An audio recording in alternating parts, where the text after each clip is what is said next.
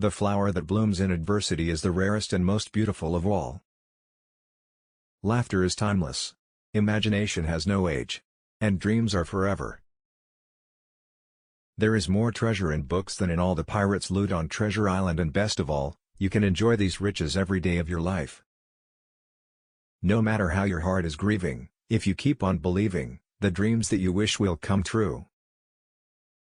If you can dream it, you can do it. Always remember that this whole thing was started with a dream and a mouse. Around here, however, we don't look backwards for very long.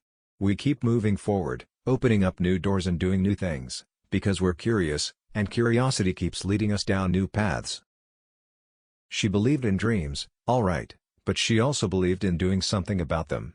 When Prince Charming didn't come along, she went over to the palace and got him. All the adversity I've had in my life, all my troubles and obstacles, have strengthened me. You may not realize it when it happens, but a kick in the teeth may be the best thing in the world for you.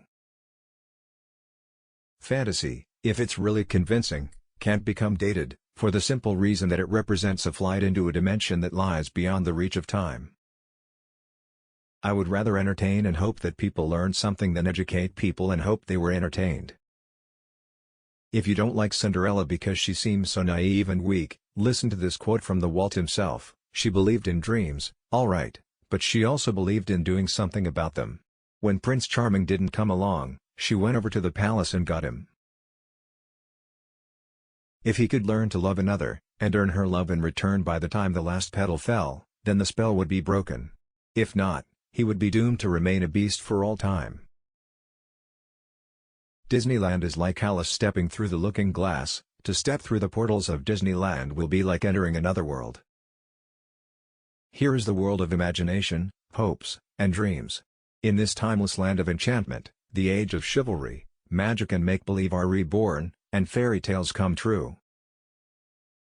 When I started on Disneyland, my wife used to say, "But why do you want to build an amusement park? They're so dirty." I told her that was just the point, mine wouldn't be. Movies can and do have tremendous influence in shaping young lives in the realm of entertainment towards the ideals and objectives of normal adulthood. I have no use for people who throw their weight around as celebrities, or for those who fawn over you just because you are famous.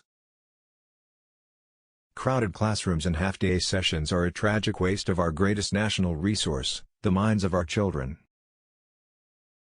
Or heritage and ideals, our code and standards, the things we live by and teach our children, are preserved or diminished by how freely we exchange ideas and feelings. Animation can explain whatever the mind of man can conceive.